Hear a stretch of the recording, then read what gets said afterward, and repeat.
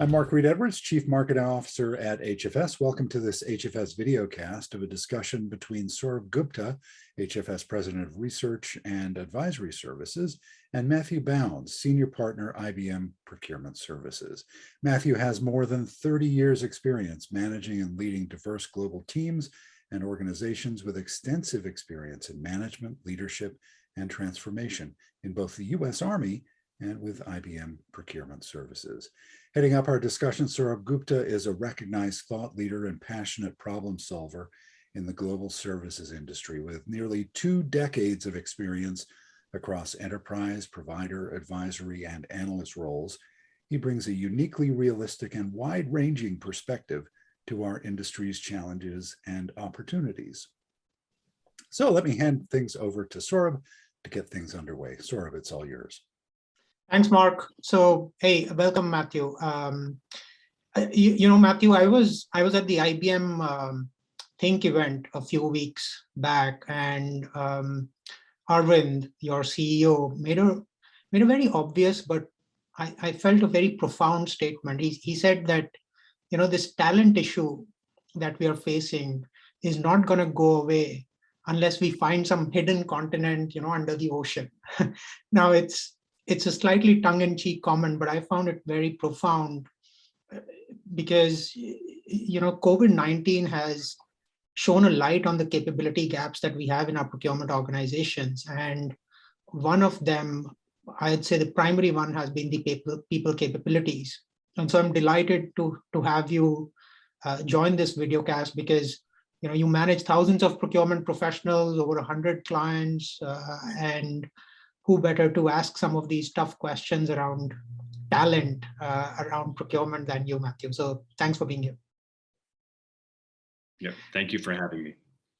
So Matthew, I think we just completed a study of about 300 procurement professionals, across the global 2,000 enterprises, and 6 in 10 of them said that, either we have limited resources, or we don't have the skill sets, to drive the strategic objectives that procurement has. So, how did we get to this stage? Why and how did we get to this stage, and especially in procurement?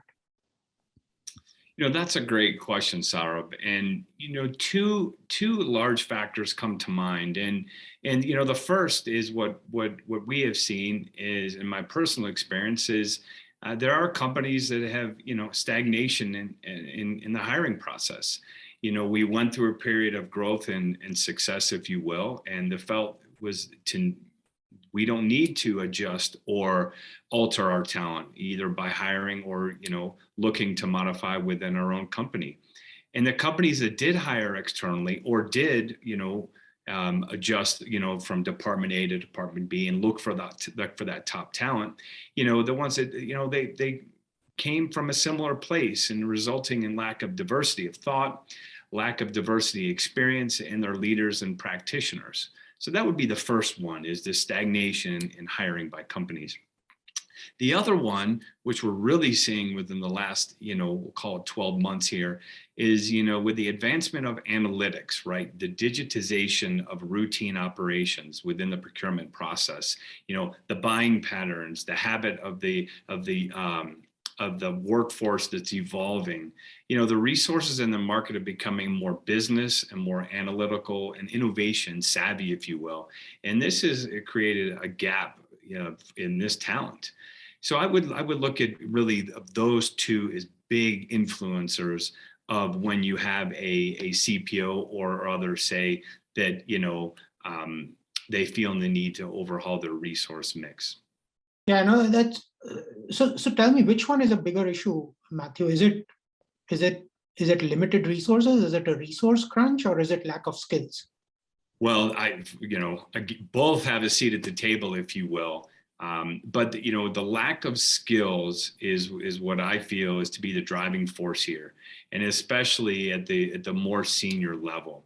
And just so we're clear, lack of skills meaning the deficit by quantity, quality, and of course reliability.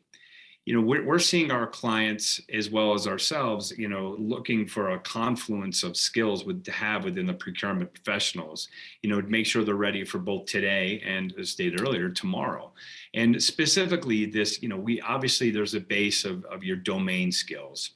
You have your transformation skills using exponential technologies. And for us, IBM Garage method supports that.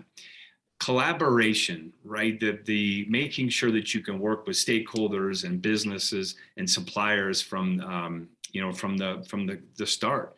And then, change management, right? These often termed as soft skills is needed to drive the advocacy and influence over stakeholders. And, we're talking being able to maneuver through a prickly conversation, conflict resolution. Do you have the ability to work well with others? Some of that seems very basic, but that skill set, is often forgotten about.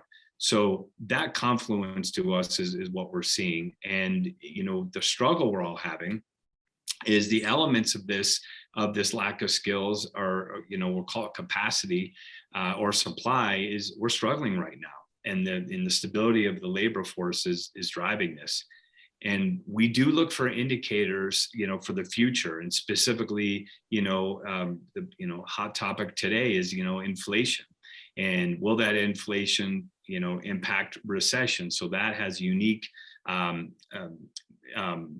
perspective of the practitioner or leader within the procurement space. And then what we've seen also recently is Elon Musk, back to the office. What does it mean? What's the influence of there? Because we know that continual workplace location flexibility helps ease some of the access to talent or skills. So those are just a few thoughts from the outset here. So no, it's interesting that you didn't mention buying skills. That's what that's what procurement was known for. And I think now there's a much bigger basket of skills that's required than just being a good buyer, right? It's not just negotiation skills, but digital fluency, ability to collaborate, and a number of things. So but you will be at the center of this, right, Matthew, with the scale and size of IBM operations, and the Great Resignation, I'm sure has hit the entire service provider community. How are you guys dealing with it in your own shop? Well, before we answer the question, just back to the negotiation piece, some of those skills, the listening and empathy and communication, right? Those three do influence the negotiation that you're talked about, and the ability to learn some of the analytics pieces you're referencing. But, how are we dealing with the talent attraction and attrition, if you will? Simply put, and part of this is due to COVID, and part of this is the current generation of the workforce. We're finding the non-fiscal side of the coin, if you will, more important than ever for retaining talent. We're talking authentic leadership. We're talking about ensuring that the practitioner or the consultant has a place to feel valued. And we want both of those to be top of mind in what we're offering, globally.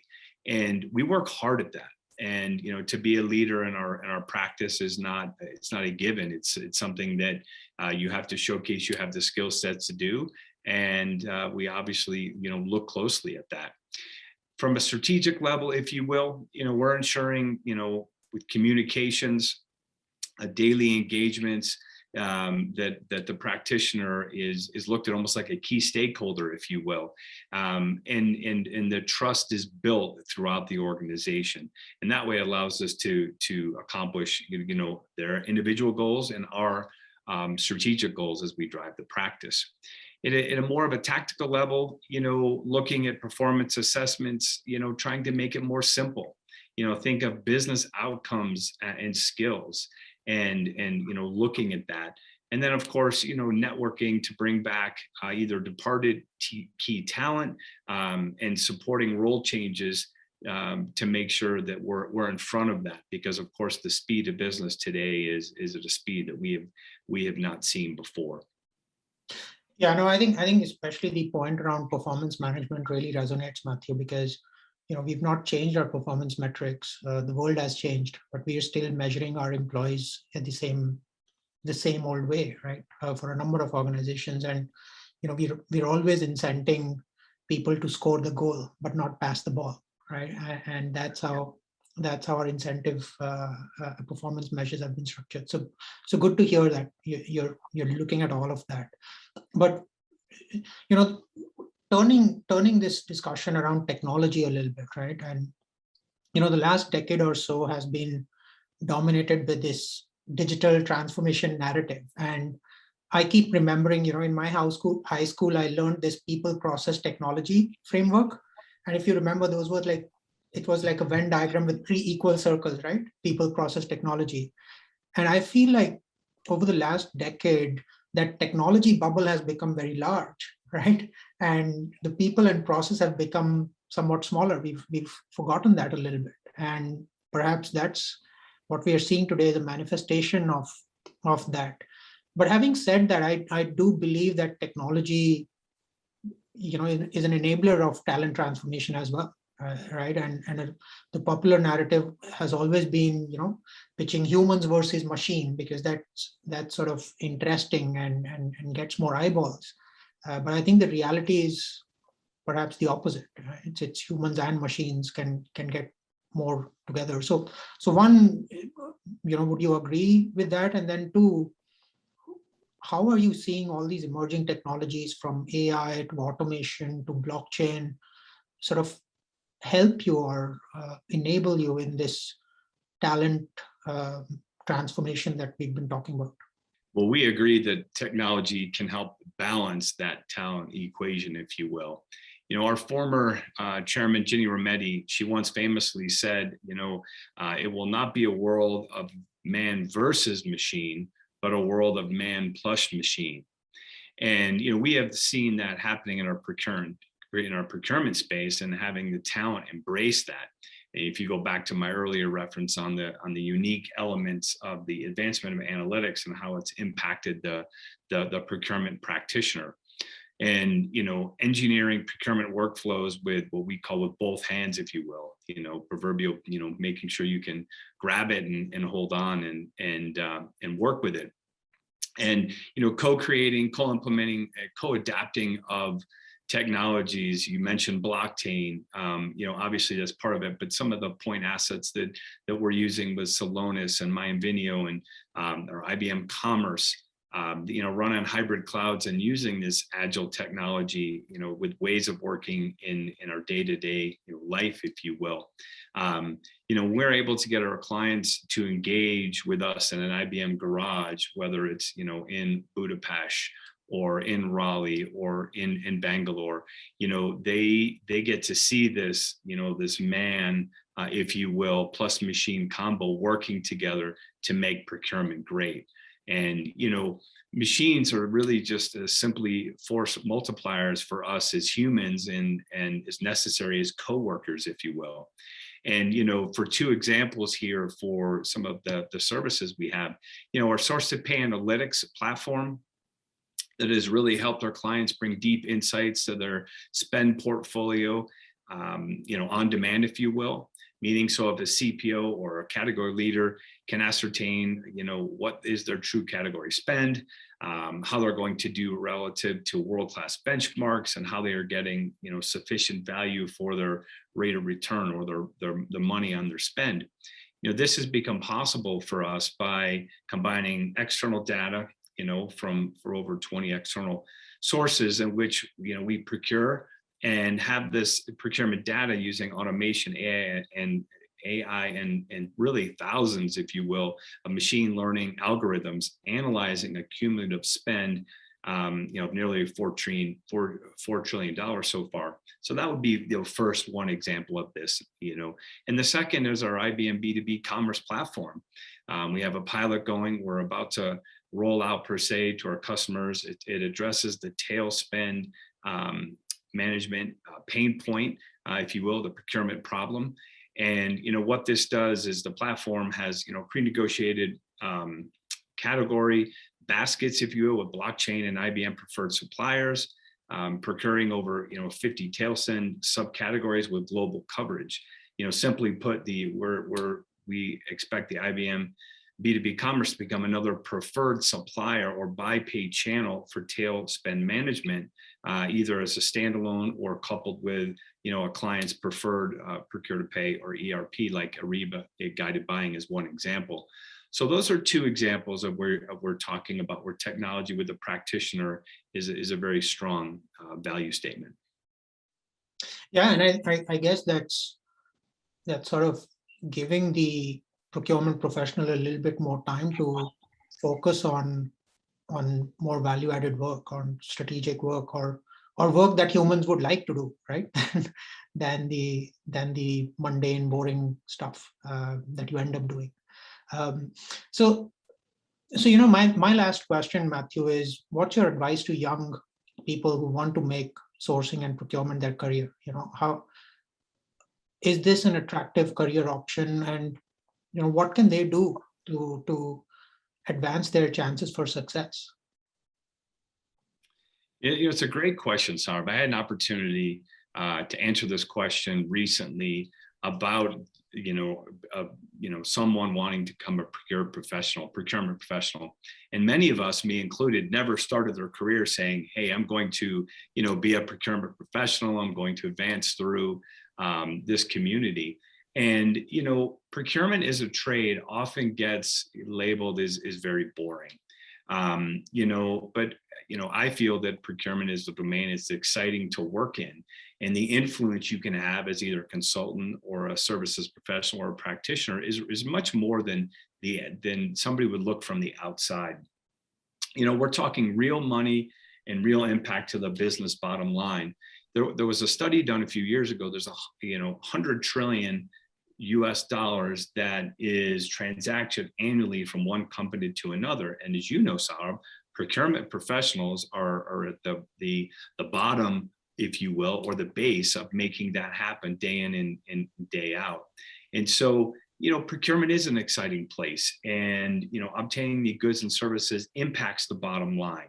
So I start out with that is call it my sales pitch to the future procurement professional. But I would start out by, what gives you energy?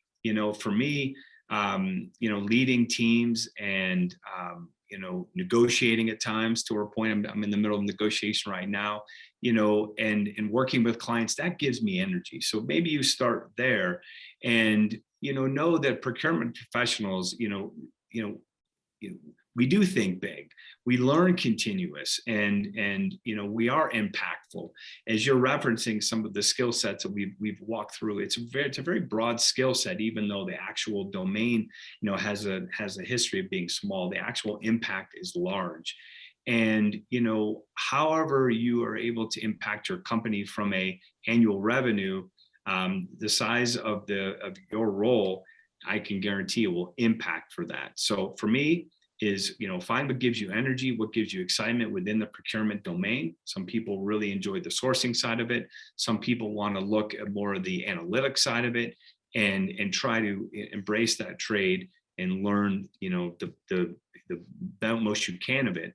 That being said, it's a large field. Don't just get stuck in one or the other. Blossom yourself out, learn as much as you can. And there are many seasoned professionals in the trade that, like yourself, that are willing to and have the passion to share knowledge, and find one or two of those that will help you in your career. Yeah, no, thanks Matthew. I think that's some sage advice, and I think you're making procurement sexy again. So I don't know about that, but let's hope. Let's hope. No, thanks, Matthew, for being here. Back to you, Mark. Yeah, thanks, Saurabh and Matthew. What a great discussion about a dynamic sector of our industry. To learn more about HFS, head over to hfsresearch.com, where you can view most of our research for free. Plus, we have a growing library of videocasts just like this that you can take with you wherever you go. Thanks for tuning in, and we'll see you on the next HFS videocast.